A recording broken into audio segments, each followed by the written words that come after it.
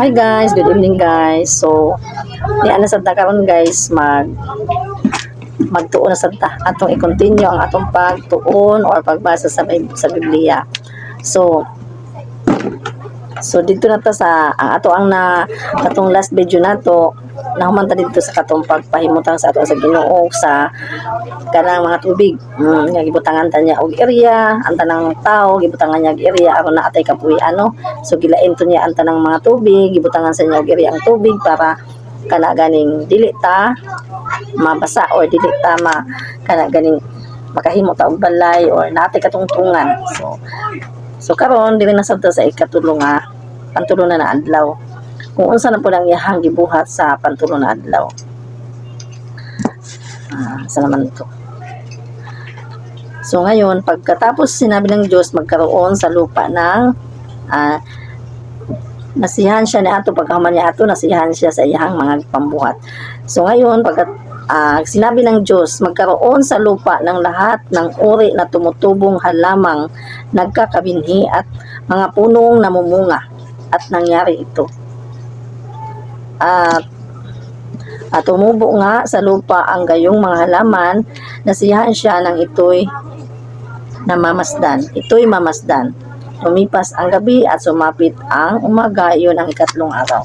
So, sa ikatlong adlaw guys, ang iyan na pong gibuhat, iyahan na sabtang, so wala pa na yung mga tao ha, mauro to ang iyang giuna, katong naghatag siya liwanag, naghatag siya ali, para dili ta makuha sa tubig, dili ta malumos. O gibutangan niya area ang tubig, gibutangan sa niya area ang para sa tao, pero wala pa siya nagbuhat og tao. Gipahimutan gid sa niya daan kung unsa ang kinahanglanon sa tao o unsa ang kana ganing na dili gyud dili maunsa ang mga tao. So sunod na po niyang gibuhat ang pagpatubo sa tanang halaman, lain-laing klaseng halaman na adunay binhi o mga punong kahoy na mamumunga. Lahat ng klaseng punong kahoy na mamumunga. Atong isipon guys, manuman nga yahamang pwede man moingon siya na mutubo ang tanang halaman, mutubo ang tanang kana ganing mga punong kahoy. O pwede lang niyang ingnon. Pero iyahaging gisumpayan na mga halaman na may binhi at mga punong kahoy na mamumunga.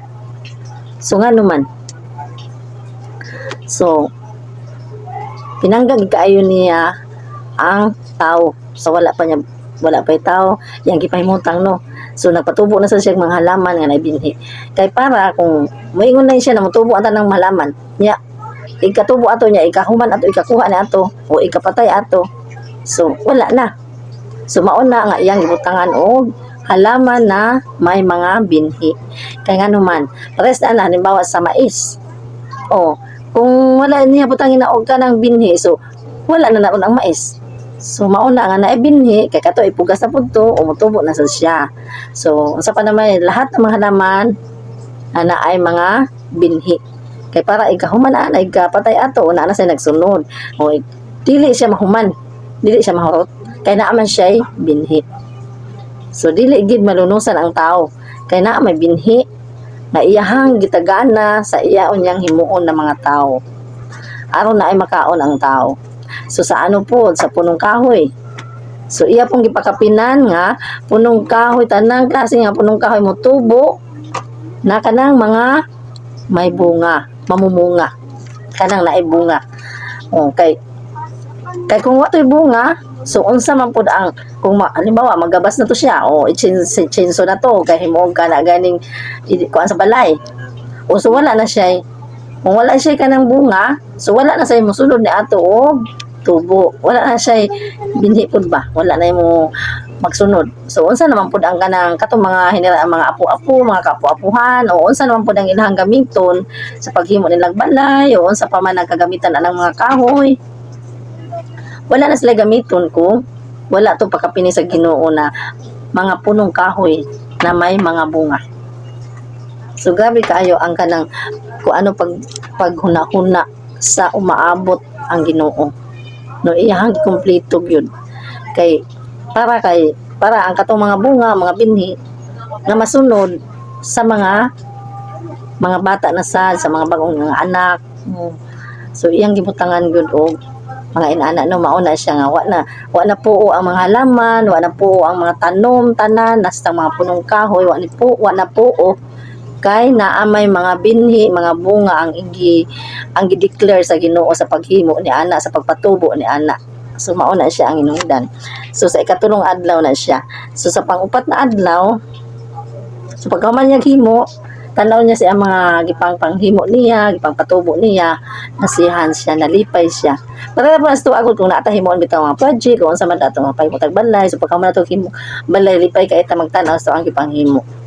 So maosan ang Ginoo pertin niyang lipaya na nahuman na to niya iyahang nahimo ng mga project para sa iyahaon niyang para magamit sa iyang himuon na tao. So pahimutang muna niya tanan. So ang sunod na pud niyang gihimo, sinabi ng Diyos, magkaroon ng mga tanglaw sa langit upang mabukod ang araw sa gabi. Ito ang magiging batayan sa bilang ng mga araw, taon at kapistahan. Mula sa langit, ang mga ito'y nagbibigay ng liwanag sa daigdig. At gayon nga ang nangyari, nilikha ng Diyos ang dalawang malaking tanglaw, ang araw upang magbigay liwanag sa maghapon at ang buwan upang tumanglaw kung gabi. Nilikha rin niya ang mga bituin. Inilagay niya sa langit ang mga tanglaw na ito upang magbigay ng liwanag sa daigdig, tumanglaw kung araw at gabi, at magbukod sa liwanag at dilim. Nasiyahan ang Diyos ng ito'y kanyang namasdan. Lumipas ang gabi at sumapit ang umaga. Iyon ang ikaapat na araw. So pagkahuman, naghimo na po siya og dagko na kanang suga. Dagko na suga. Buwan at saka adlaw. So ang buwan maoy mo liwanag, muhayag ikagabi. Magbigay ng liwanag sa gabi at ang araw ay magbigay ng liwanag sa adlaw. At nagawa din siya ng mga tanglaw, mga ilaw po na kanang gagmay mao nang bituon. Ug iyang gipambutang dito sa langit para magliwanag diri sa kanang kalibutan, diri sa daigdig na ito. Grabe no? Gihimuan niya og suga yun ang kalibutan, ang iyang papuy-an sa mga tao. Giandam ginyadaan kanang suga na dili mapundi. Di para sa ang gihimo sa tao na suga na mapundi. Pagkatong adlaw sa paghimo niya sa kalibutan, sa pagsugod gyud sa kalibutan hangtod karon na pa ang adlaw, na pa ang buwan, na pa ang mga bituon. So mao na ang iyahang gisunod paghimo sa mga halaman o sa mga punong kahoy, ang buwan, ang adlaw at ang mga bituin. Na maoy maghatag og liwanag sa kalibutan. May muhatag og liwanag sa gabi, may muhatag og liwanag sa kanang araw. Walang pumatag sa araw. Ang bituin, ang mga bituin. Yun ang ikaapat na araw. O sinabi ng Diyos, magkaroon sa tubig ng maraming bagay na may buhay at nagkaroon din ng mga ibon sa himpapawid. Nilikha ng Diyos ang mga dambuhala sa dagat at lahat ng bagay na nabubuhay sa tubig. Gayon din ang lahat ng uri ng ibon. Nasiyahan ang Diyos ng ito'y mamasdan. Pinagpala niya ang mga ito at sinabi, magpakarami ang lahat ng bagay na nabubuhay sa tubig at punuin ang karagatan. Magpakarami rin ang mga ibon at punuin ang daigdig. Lumipas ang gabi at sumapit ang umaga, iyon ang ikalimang araw. So, sunod niyang gihimo sa mga adlaw, sa buwan o sa mga bituon. Ingon na po siya na kay hayag naman kayo, so iyan na siyang giingna na magkaroon ng mga iba't ibang klaseng isda, maliit, mga malalaking isda doon sa dagat. O pagkahuman niya ingon, gideclare pa niya na magpakarami kayo. So magpakarami kayo. So wala siya nag-ingon na isda na naay kana ganing kuan na ibinhi. Magpakarami siya na gideclare na niya na magpakarami kayo. Kay ngano man ang katong binhi sa katong mga halaman wala niya i-declare na kamo moingon na mutubo lang sila largo.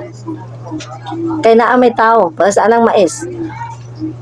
Kailangan na ang tao magtanom.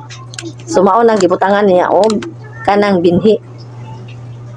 Wala siyang ingon na mutubo ang tanan niya kanang magpakarami kayo. Di ba ang isda wala may labot ang tao na para mo daghan ng isda.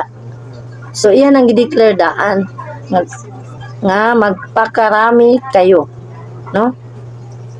Kay dili man to itanom dito sa tao na magkadaghan sila isda. Di wala may labot ang tao na ato na mo daghan ng isda. So wala man sila kuan, wala man sila ano ba yun, wala sila kamot, wala sila tiil, di sila makalihok, kay mga hayop man lang sila. So mao nang ingon siya, gideclare na lang sa Ginoo na magpakarami kayo at punuin nyo ang dagat. Mausad ang mga ibon, magpakarami kayo at punuin ninyo ang sanlibutan. Ano sa mga ibon? Magpakarami rin ang mga ibon at punuin ang daigdig. So mauna ang hinungdan nganong naatay daghang makita diri sa ato ang palibot. So mauna siya ang hinungdan kay gipa himutang daan sa Ginoo ang tanang kinahanglanon sa tao. So ang mga ibon pwede na siyang iulam, ang mga isda ulam, ang mga katong mga halaman pagkaon, punong kahoy, ang mga bunga pagkaon, para sa mga prutas. Unya mahimo siyang himo og balay. Daghan kay siya ang tanan na iyang gihimo naagid siya kanang purpose ang Ginoo nganong iyang gihimo kay para naay magamit sa tao na iyahang ibutang diri sa kalibutan. Tiuna usa niya ang pagkaon no sa tao, kinahanglanon sa tao. Wala pa siya naghimo og tao. So sinabi ng Diyos, magkaroon ng lahat ng uri ng hayop sa lupa. Maamo, mailap, maiilap, malalaki at maliliit. At gayon nga ang nangyari. Ginawa na niya ang lahat ng ito. Ginawa nga niya ang lahat ng ito at nasiyahan siya ng ito'y kanyang mamasdan. Pagkatapos sinabi ng Diyos, so pagkahuman niya himo sa mga isda, lain-laing klase sa isda, lain-laing klase sa ibon, ang mga hayop lain-laing klase na hayop. Kuan man, maisog man na hayop, kanang maamo man na hayop, para sa mga aso, mga ahas, ano pa bang, kanang lion, tiger, di ba? Mga mababangis na mga hayop yan. So lahat ng mga mababangis na hayop, maamo na hayop, malalaki na hayop, maliliit na hayop, lahat nikalit lang tungha. Pag-ingon niya na lahat ng klaseng mababangis o maaamong hayop, maliliit o malalaki. Mauna siya nga daghang kaayong hayop kay lahat ng klaseng hayop ang kuan sa Ginoo, ang gihimo niya. Ginawa niya sa pamamagitan ng kanyang salita. Lahat talaga no. Kay ang kanang hayop, ang purpose niya na naay iulam ang tao. Ang isda, iulam. Ang ibon, pwede sa siyang iulam. So, depende lang sa hayop kung unsay gusto nato nga ganing kauno na atong kanang kuan ato ang katayon kay iulam. Kanang depende po sa ibon, depende po sa kanang manok, hayop pa rin siya. Nabilong pa rin siya sa hayop. So, lahat yun no? Lahat ng kakailanganin sa tao binigay ng Diyos para dili gyud magutuman ang tao na iyahang himuon. So magutuman lang ang tao na tamad dili mo lihok kay naa na ang tanan unya iyahang ikumpleto. para dili gid magutuman ang mga tao. Pinangga gyud kaayo sa Ginoo ang tao, kay antes niya gihimo ang tao, iya gid usang gikumpleto paghatag, gikumpleto paghimo, kay araw na agyud ang tanang kinahanglanon sa tao. Diba?